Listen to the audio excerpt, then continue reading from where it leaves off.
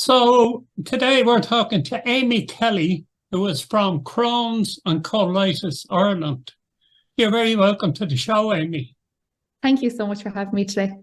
Very welcome. You might start, if you will. I'm always fascinated by where names come from. You might tell us where Crohn's came from and what it is. Yeah, I suppose so. Crohn's disease and ulcerative colitis, they have an umbrella term, which is inflammatory bowel disease. And I suppose underneath that you have Crohn's disease, ulcerative colitis, microscopic colitis, undefined IBD. There's a range of, I suppose, diseases that fall under inflammatory bowel disease. So what it is it's a disease of the gut, but I suppose the difference between Crohn's and colitis being that Crohn's disease can affect any part of the digestive tract. So that can be from the mouth all the way through to the anus. And then for colitis, it's usually more localized within the colon. So what it means is that there's an inflammation present in the gut, and that the disease is active, which causes a range of symptoms. Is it treatable or is it just managed? It's manageable with treatment, if that makes sense, I suppose. So it's a lifelong illness, so there's no cure for Crohn's or colitis. So when you're diagnosed, usually you would start a course of treatment, and that can be determined on where you're at, where your disease is at. So it can change over your lifetime. So a lot of people will be put on medication at the start. Some people may be put on infusion drips every 8 weeks. Some people will be doing at-home injections. Some people will be on oral tablets. Some people will maybe start a course of steroids at the start to help bring down the inflammation and control the disease and make sure it doesn't get any worse. And then what you're doing for when you're diagnosed and afterwards, you're managing through times of remission. So when you're well and your disease is not active, and then you will also have times of flare. So when your disease is active, when inflammation is present. So it kind of comes and goes at different stages, and then you're working with your medical team to treat whatever, I suppose, shows up. Some people at some times in their life will also may require surgery. And surgery could be anything from maybe there might be a part of the intestine that is just too weak and just may have to be removed. So that could be a resection. But then some other people may have to have things like an ileostomy or a stoma put in place as well. They can be reversible or they can be for the rest of their life as well. So not everybody has that level of surgery, but that is part of treatment, depending, as I say, on the severity of your disease. So before we get into the actual disease, you might tell us when and why the group was set up. Yeah, it was set up back in the 90s by a group of medical professionals who really seen the importance of peer-to-peer support and the importance that would give. And I suppose an organisation that will be there to be able to provide accurate information in regards to Crohn's and colitis. So it was set up then, and it's grown since then. We're still quite small, I suppose, in the grand scheme of things of a lot of charities out there, but we are growing. And I suppose what we just do day to day is just to help people with living with Crohn's and colitis. A lot of people that are involved in the organisation live with the illness themselves, or maybe they might have a family member as well. I have Crohn's myself, and that's how I got involved. I kind of really wanted to, learn more and be empowered, to take ownership and advocate for myself. And that's when I got involved in Crohn's and Colitis Ireland, and that's what the organisation really aims to do. It's a very comprehensive response to Crohn's and colitis that the organisation has. Yeah, and look, at the end of the day, all we want is that the way I view it, and the reason I got involved as volunteer, and I know a lot of other people share the same because we've spoken about it, but we always think of that time when you're diagnosed, and it's such a scary time to be diagnosed with any sort of illness, because it's the fear of the unknown. What does life look like for me now? Can I still do the things I want to do in life? And all of those concerns that we can have, and what will my illness look like in a few years, and all of these questions that we might have. And I suppose what we just want to be is a resource for people, to reassure people that you can live very well with Crohn's or colitis, yes, there might be time when your illness will flare and you may be sick, but you can manage it. There's a great support network between your medical team around you. You know, we have IBD nurses, we've gastros, we have pharmacists that are fantastic as well. And we always have a great working relationship with them, but then we're also there as well, just to have a chat. And that chat, like, we have a helpline. So that chat could just be asking generic questions, or it could just be wanting to be heard, you know, and not have someone. I think family and friends can be fantastic and be like, well, why don't you try this? Well, why don't you do this? Well, I read this. And, you know, that is obviously amazing and fantastic, but sometimes it's just nice to be able to talk to somebody who just totally gets it and you don't have to explain yourself. Very good. Tell us, as you said, you have either Crohn's or colitis yourself. Talk us through, if you can, first diagnosis right through to getting involved in the group. Yeah, so I was diagnosed in 2019, but when I kind of reflect, I definitely had symptoms for quite some time before that. And in particular, the year before my diagnosis, I was diagnosed in March 2019. So it's summer of 2018. I was just about to go traveling for a few months, and I started to get like this blister in my eye and various kind of gut related symptoms. And just when I was in the GP getting ready for my travels, I had mentioned about the blister in my eye. We done a test and nothing kind of came up, but they gave me drops, and in fairness, that kind of treated it at the time. And I was well, thankfully, when we went traveling for 3 months, and I was good. So when I came home, I started to get the blisters in my eyes again, and then I started to get mouth ulcers, and I never would have had a cold sore, mouth ulcer, nothing like that before.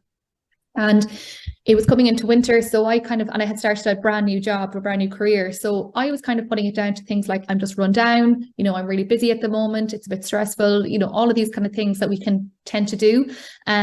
So I kind of pushed on, and then things got so bad that gradually over time, really, that I didn't really notice, where I would kind of refer to just below my belly button as my pouch. I had like a swelling underneath my tummy, and I was like my stubborn little part I could never lose weight on, and all this kind of stuff. But it was just there, and the pain there got so severe that turning in the bed at night was a big challenge. Putting on my shoes, I couldn't bend to put my shoes or socks on. If I was in the car and I was driving, putting my foot on any of the pedals, I could feel it all in my abdomen. The mouth ulcers were very bad. I would have extreme pain going to the bathroom. So a lot of people, and most people with Crohn's or colitis, would suffer from running to the toilet, you know, an urgent situation. I didn't have that at all. I actually had the opposite, where I would struggle to go to the toilet, or it would be really, really painful if I went. So I looked up my symptoms and seeing Crohn's and kind of dismissed it, because I said, oh, well, look at, you know, I'm not running to the toilet, so that's not me. But in fact, there's such a variety of symptoms that you can be experiencing with IBD, and it's really individual. So I kind of pushed on. I went to a GP, got checked out, and nothing kind of came out of it. They gave me painkillers, and I was kind of sent on my way. And I kind of just started to think that it was all in my head at that point, that, you know, it's not that bad. If something was bad, you know, it would have been flagged. I would have been having like night sweats. I would have been having weight loss, fatigue. I was vomiting in the morning. Like, when I kind of list the symptoms at once, it's crazy to think what I was going through at the time, and me thinking it was totally normal. So then we actually went away for a weekend to Liverpool, and on the return of that weekend, things just got so severe that we were on the ferry, and once we got off the ferry, I had to go straight to A&E. And then I was in A&E and got my bloods done, waited a few hours. The A&E doctor brought me in, asked me what was going on. I told them the symptoms, and they had a look at my bloods, and they said, oh my God, why do they look like that? I mean, don't panic. And I didn't panic. I just went, okay. I was so exhausted at this point. It was like 6:30 in the morning. I was really at my peak of pain, and I was just mentally exhausted from it all as well. So I just went, no problem. I'm not going to panic. So at the time, in fairness to that doctor, he was very on the ball, and he said, it's either Crohn's disease or it's your appendix. And, you know, the difficult thing about IBD is because where it's placed, obviously in our abdomen, we have so many other organs there as well. So it really can be anything. So it's quite a difficult thing sometimes to diagnose. So in your bloods, your CPD levels should be between, I think it's 0 to 8, and anything over 8 or 10 is the sign of an infection. Mine was 124. I was told I was the sickest person in A&E, but to look at me, to be honest, looked no different really than what I look like here sitting before you. I didn't look that unwell. And that's the thing about IBD as well. It's an invisible illness. You really don't see much of it from the outside.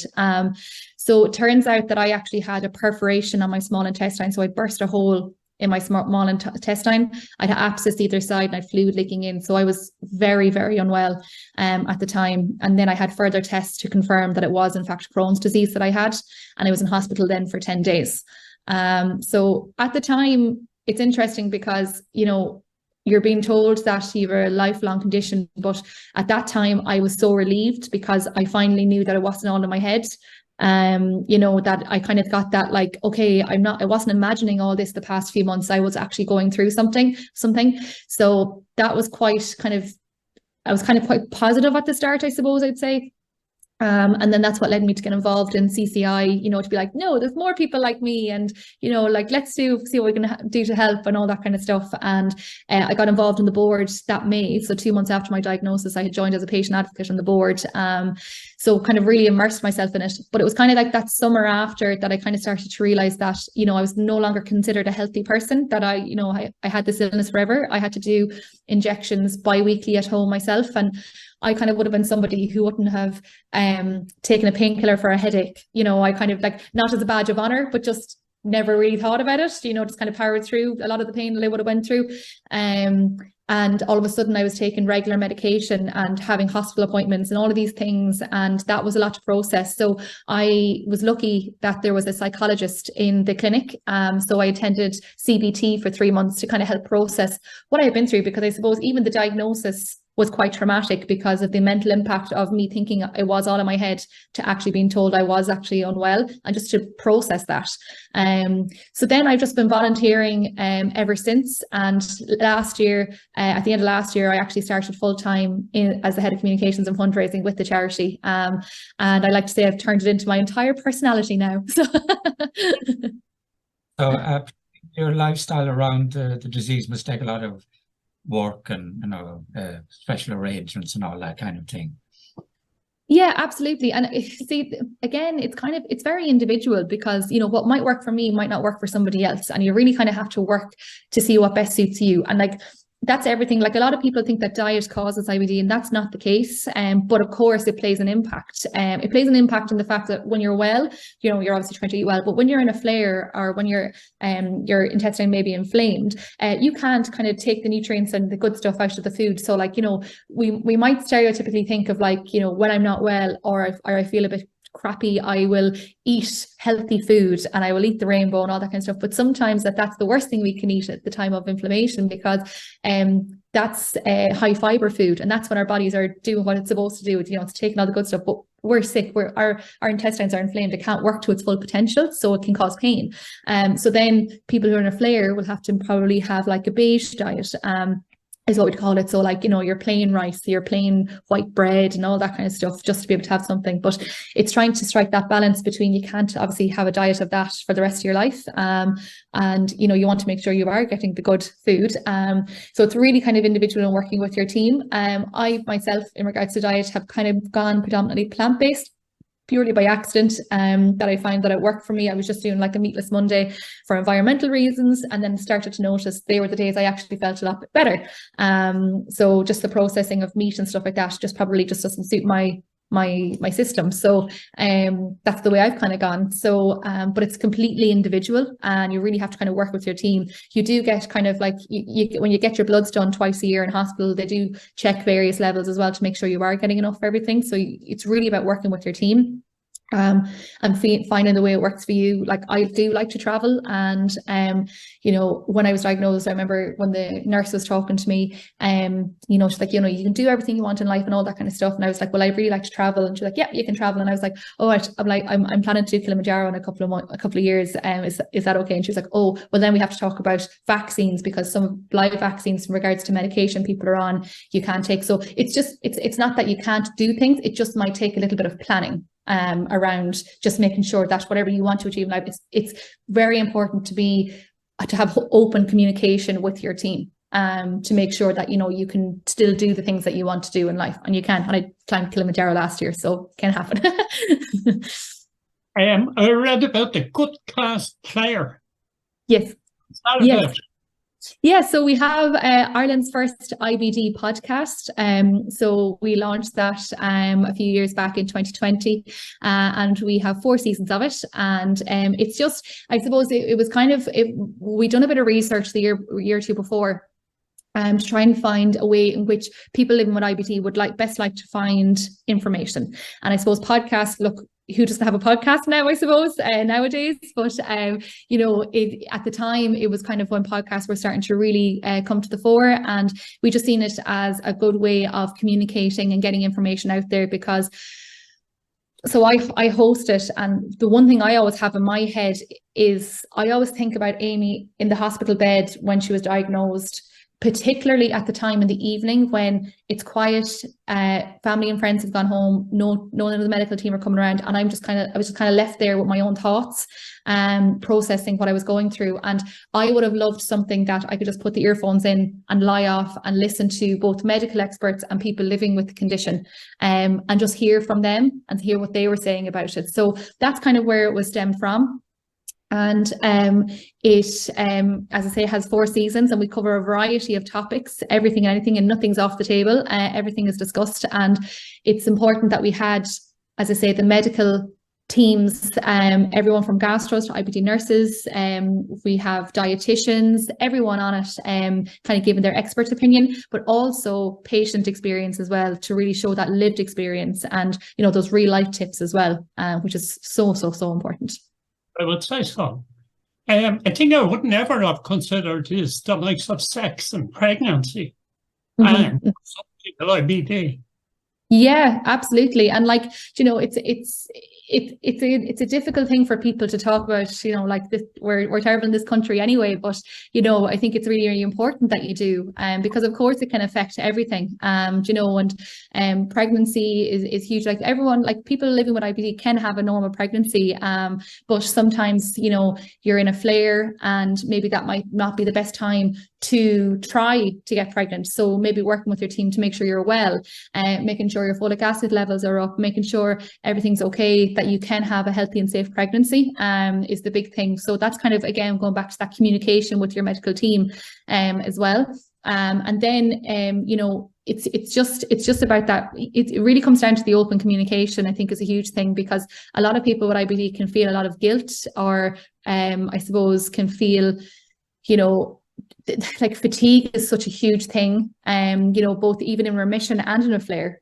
for people. So it's trying to get on top of your symptoms as much as possible to be able to participate fully in life is the main thing. Very good.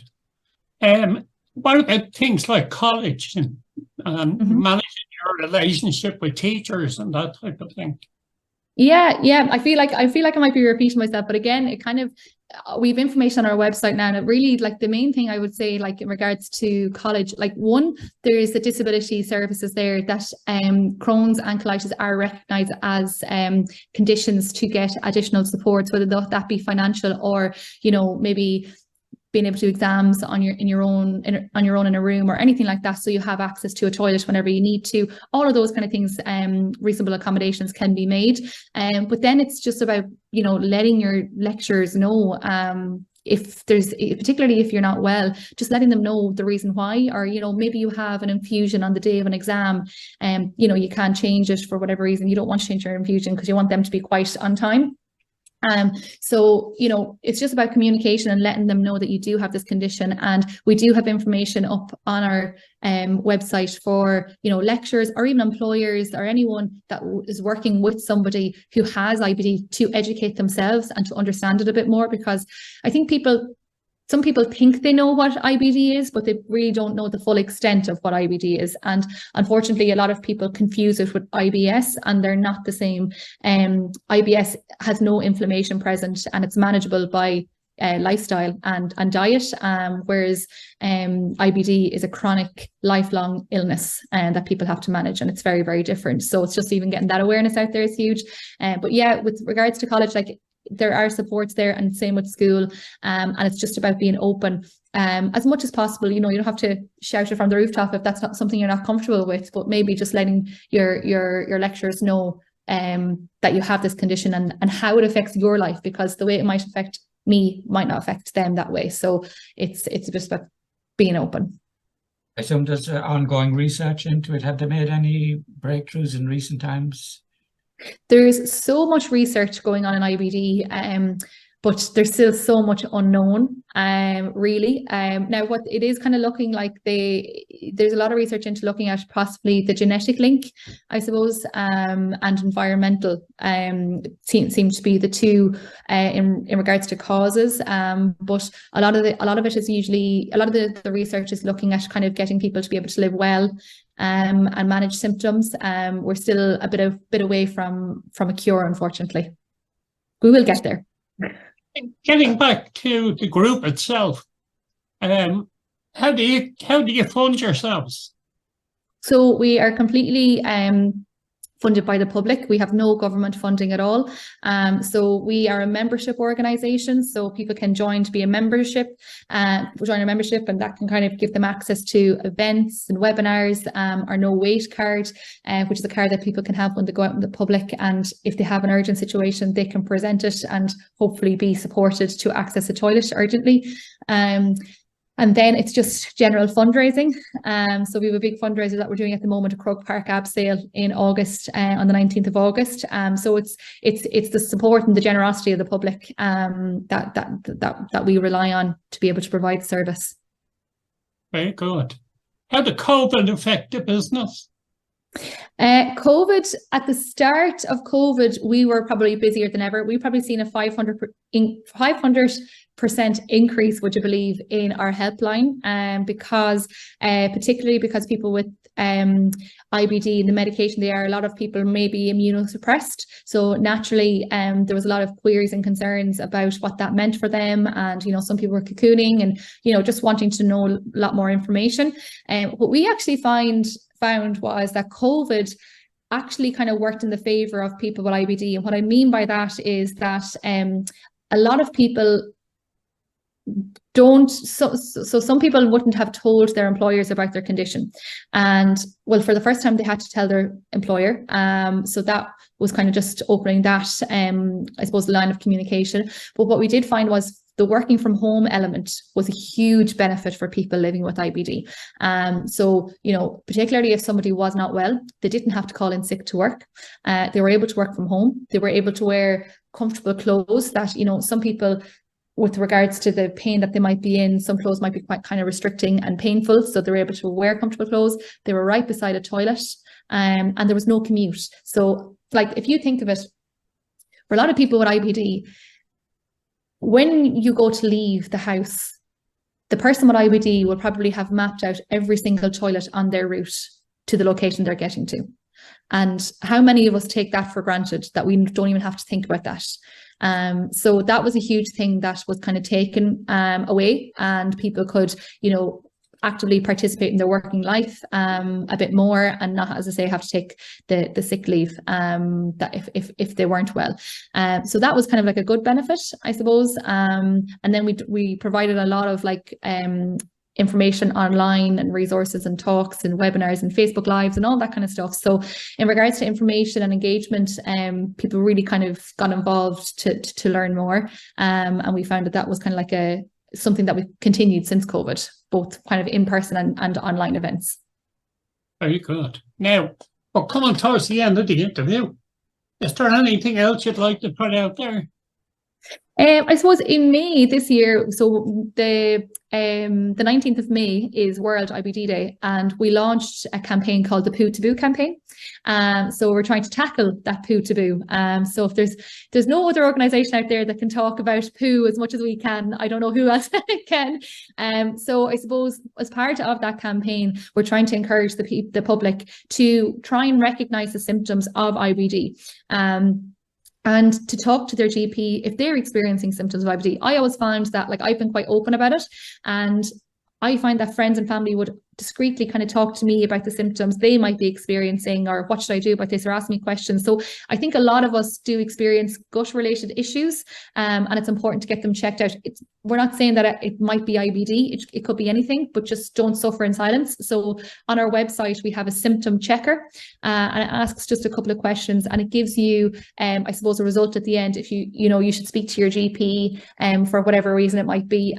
So far, we've had over 13,000 people. So in May 19th of this year, we launched a campaign called the Poo Taboo campaign. And I suppose we're trying to encourage the public to talk, about the symptoms that they might be having in relation to their gut. And I suppose from that, we have developed a thing called a symptom checker on our website, and it just gives a couple of questions that you can answer to see what the next step you should take in relation to the symptoms you might be experiencing. And I suppose it's not to say that you might have IBD, but it might give you an idea that, you should speak to your GP about, what's going on, because we can tend to ignore symptoms. And I suppose, we don't want that. Because we had ran an Amoric survey in the lead up to the campaign, and it said that most people are aware of the disease and its symptoms, but 4 in 10 would do nothing initially if they saw blood in the toilet bowl, opting for a wait and see approach. And I think the big message is what I had mentioned earlier about IBD versus IBS. A lot of people might think they have IBS, but they might see blood in the stool or blood in the toilet bowl, and that is absolutely not a symptom of IBS at all. If you are seeing blood in particular, you need to go and get that checked out with your GP, and they'll be able to refer you for the adequate support just to do some investigation. So just the big message is just not to suffer in silence. Once you get diagnosed with a condition like IBD, you can manage it and live a very active and full life. Just a quick plug for your abseil again. Yeah, so we are abseiling from the top of Croke Park on the 19th of August, and all are very much welcome. It's going to be a great day out. We've over 50 people already registered, so if you're looking to meet other people living with IBD or just have a bit of crack for the day, it's going to be a great day out. And that final question, can you just give out your contact details? Should anybody be listening and want to get in touch? Yeah, absolutely. So we have a helpline, and our helpline number is 01531 2983. And then we have our website, which is www.crohnscolitis.ie, and our email as well. If you don't want to maybe call the helpline, but you'd like to email us a question, you can email us on info@crohnscolitis.ie. And I can vouch, there's a huge amount of information on the website. Thank you so much. Amy Kelly, thank you so much for coming on. Thank you. No problem. Thank you so much for talking to me today.